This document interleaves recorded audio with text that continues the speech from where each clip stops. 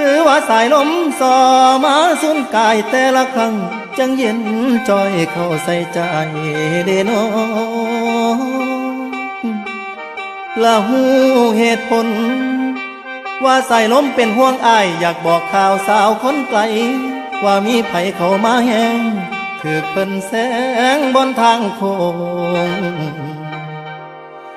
ละอายจนงงมือเจ้าโทรมาเว้าว่าจบกันน้อเฮาฟังคำเว้า